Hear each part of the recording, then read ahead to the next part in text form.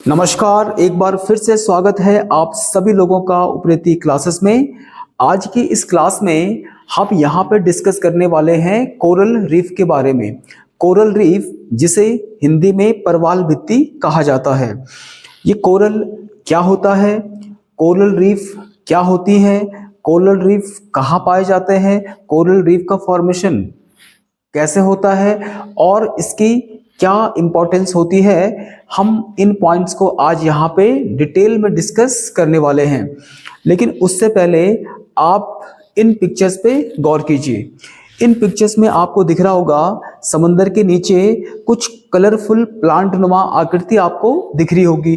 तो ये कलरफुल जो प्लांट्स आपको दिख रहे हैं ना, इनको ही कहा जाता है कोरल। तो अब आइए हम समझते हैं एक कोरल होता क्या है।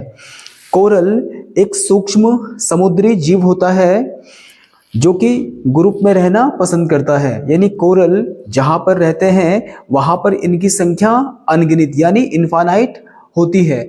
और दूर से देखने पर जो कोरल्स होते हैं ना, ये प्लांट की तरह दिख रहे होते हैं और ये रंग बिरंगे प्लांट की तरह होते हैं जो कि बड़े ही सुंदर लगते हैं दूर से देखने पर। कोरल एक ऐसा जीव है जिसमें रीढ़ की हड्डी नहीं पाई जाती है, इसीलिए इसको अकशेरुकीय प्राणी या इनवर्टिब्रेट एनिमल कहा जाता है। और इसको जूलॉजी के अंदर एक ब्रांच है सिलेंट्रेटा, इसको सिलेंट्रेटा ग्रुप के अंदर रखा गया है। इस ग्रुप के अंदर कोरल के अलावा जेलीफिश, हाइड्रा और सी एनिमनीज को भी रखा गया है। कोरल समंदर में जैव विविधता का भंडार होते हैं, यानी जहां पर कोरल्स होते हैं उसके आसपास डिफरेंट वैरायटी के सी एनिमल्स पाए जाते हैं और वहां पर बहुत सारी वैरायटी की फिशेस भी वहां पर पाई जाती हैं। इसीलिए कोरल्स को महासागरीय वर्षावन यानी ओशनिक रेन फॉरेस्ट भी कहा जाता है।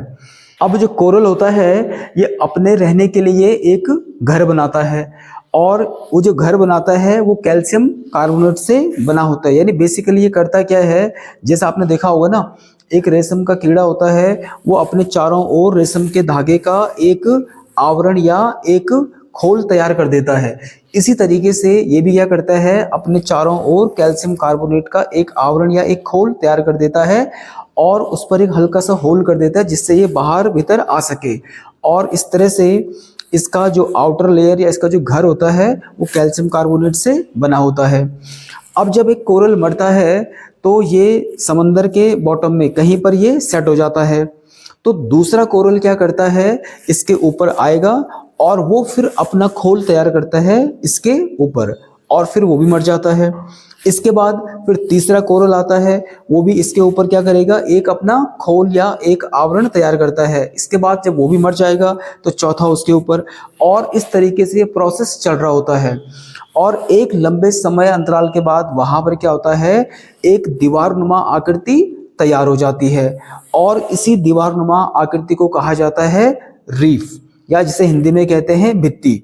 अब क्योंकि इस दीवारनुमा आकृति को किसने बनाया, कोरल ने बनाया, इसलिए इसको कोरल रीफ के नाम से जाना जाता है। कोरल समंदर में हर जगह नहीं पाया जाता है, ये समंदर में कुछ स्पेसिफिक जगहों पर पाया जाता है। यानी समंदर में जहां पर टेम्परेचर 20 डिग्री सेंटीग्रेड से और 30 डिग्री सेंटीग्रेड होता है तो उन सागरों में पाया जाता है। और इतना टेम्परेचर समंदर का उष्ण कटिबंध और उपोष्ण कटिबंधीय सागरों में पाया जाता है। उष्ण कटिबंधीय सागर का मतलब होता है ट्रॉपिकल सी और उपोष्ण कटिबंधीय सागर का मतलब होता है सब ट्रॉपिकल सी। इसको आप समझिए इस ग्लोब में।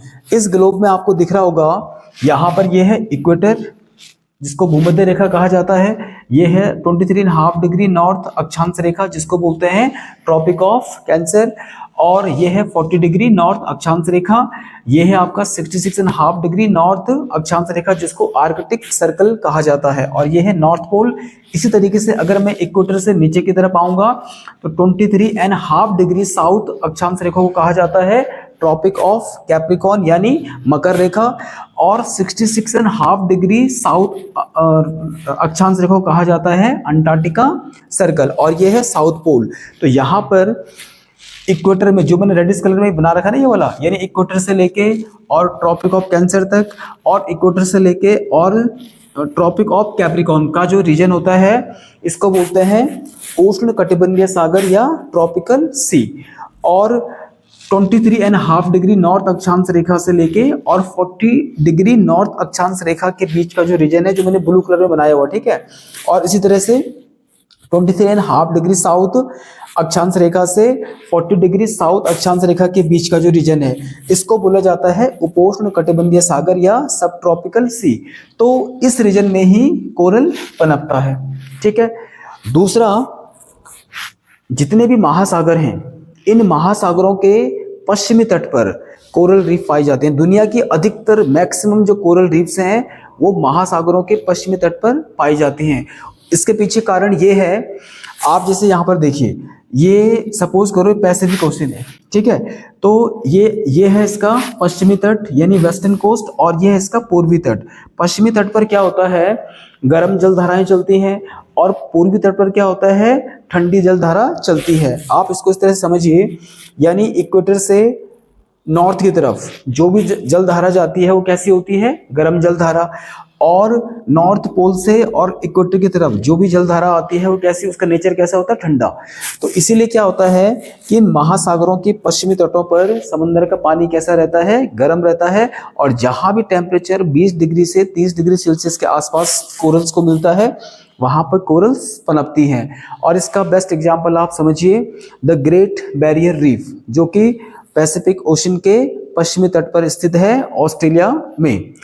कोरल की ग्रोथ समंदर में लगभग 100 मीटर की गहराई तक होती है, और क्योंकि 100 मीटर गहराई तक ना सन की लाइट भी पानी में एंटर हो जाती है, तो कोरल की ग्रोथ में सनलाइट की भी एक इम्पॉर्टेंट रोल होता है।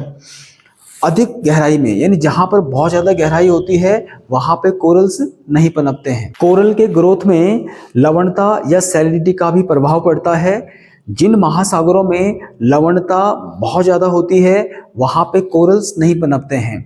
कोरल्स उन्हीं सागरों में पनपते हैं जहां पर सैलिनिटी 27 ग्राम पर 1000 से लेकर और 40 ग्राम पर 1000 के आसपास हो।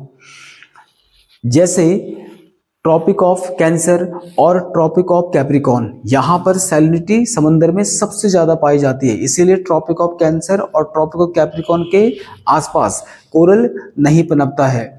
वहीं जो पैसिफिक ओशन है और जो इंडियन ओशन है यहाँ पर सैलिनिटी कम पाई जाती है। तो यही कारण है कि यहाँ पे कोरल रीफ का विकास बहुत अच्छे ढंग से होता है।